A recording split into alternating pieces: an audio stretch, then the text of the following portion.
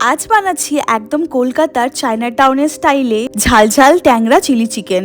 Dark soy sauce আর তেলের উপর একরাশ কাঁচা লঙ্কা ফোড়ন দিয়ে বানানো এই রেসিপিটার স্বাদ কিন্তু একবার খেলে মুখে লেগে থাকবে। চলো দেরি না করে ঝটপট শুরু করি আজকের রান্না। প্রথমে একটা বাটিতে বোনলেস চিকেন কিউব করে কেটে ভালো করে ধুয়ে জল ঝরিয়ে নিয়েছি।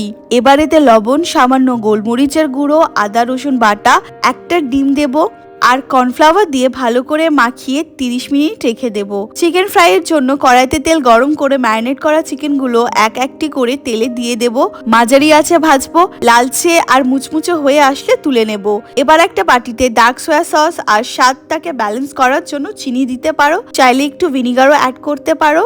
এবার কড়াইতে তেল গরম করে তাতে প্রচুর পরিমাণে কাঁচা লঙ্কা কুচি দিয়ে দেব। আর এই রান্নার আসল ম্যাজিকটা লুকানো আছে এইখানে।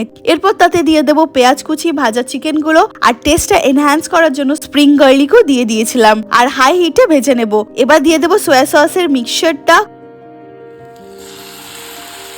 কর্নফ্লাওয়ার গুলিয়ে স্লারিও দিতে পারো। এবার সবকিছুকে একসাথে টস করে নামিয়ে নেব। ব্যাস তৈরি আমাদের ঝাল ঝাল ট্যাংরা স্টাইলের চিলি চিকেন। রেসিপিটা ভালো লাগলে লাইক করো। দেখা হচ্ছে পরের ভিডিওতে, ততক্ষণ পর্যন্ত বাই।